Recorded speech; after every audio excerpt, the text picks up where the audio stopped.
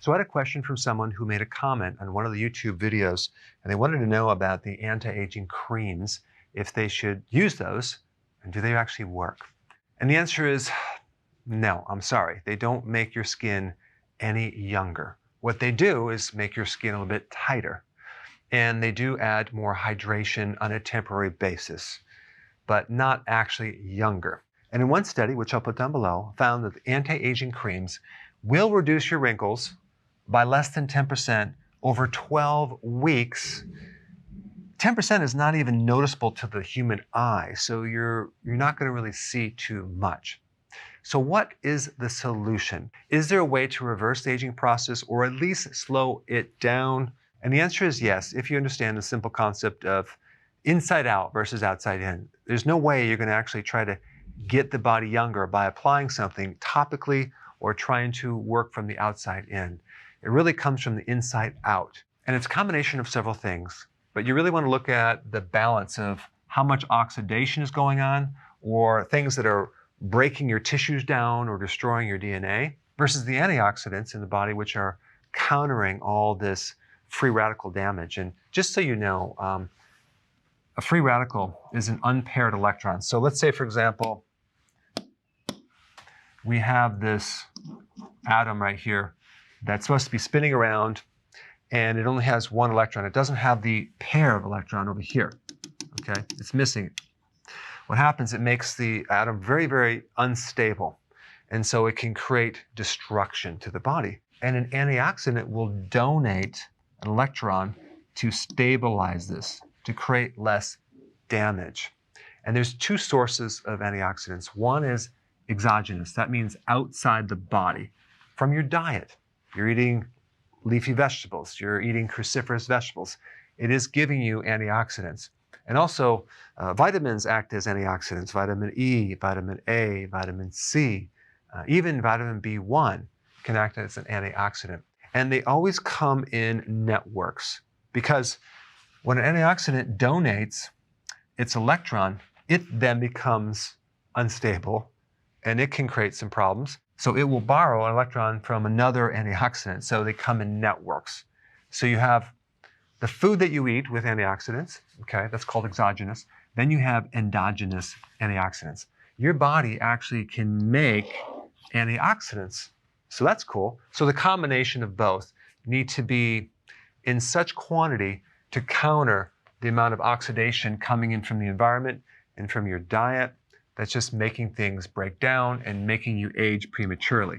So what could make this worse? The big thing is glucose, high-carb diets that will trigger insulin, which will then combine with certain proteins in your body and cause this other phenomena called glycation.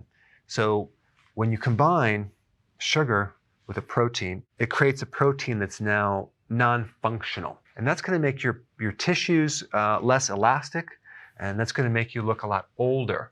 And another term for that is advanced glycation end products. And that is created by glucose, having a high amount of glucose in the diet. The other thing that's interesting is nutritional deficiencies can fail to supply certain biochemical enzymes that are supposed to repair and keep your tissue stable at the cellular level. So nutrition is a really key part in slowing the aging process down faster than it's going. So the worst case scenario is this combination between a high carb diet and low nutrients. That's going to age your skin. It's going to make you look older. It's going to age the inside of the body. And on the flip side of that, if you switch your fuel from glucose to ketones, ketones act as an antioxidant, which is really, really cool. So it's a much healthier fuel source. And I always recommend the healthy version of the ketogenic diet. So that way we can actually add the nutrients from the food to prevent the free radical damage and keep your skin and your tissues looking healthy. So there's also hormones involved. The hormone that you really want to preserve is growth hormone. Growth hormone is all about anti-aging. It's all about keeping your proteins intact. And I'm talking about the skin, the hair, the nails, the inside of the body. Growth hormone is responsible for that. As we age, growth hormone goes down. We want to keep it as high as possible. So there's certain things that lower growth hormone, and there's certain things that will increase it. Glucose, by the way, will lower growth hormone. Insulin will lower growth hormone. So high carbohydrate diets, stay away from them.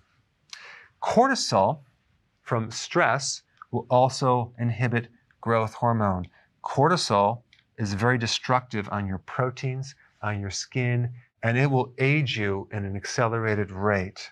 Alcohol is another thing that is very dehydrating. It will inhibit growth hormone. It will make you look old. All right, so how do we raise growth hormone?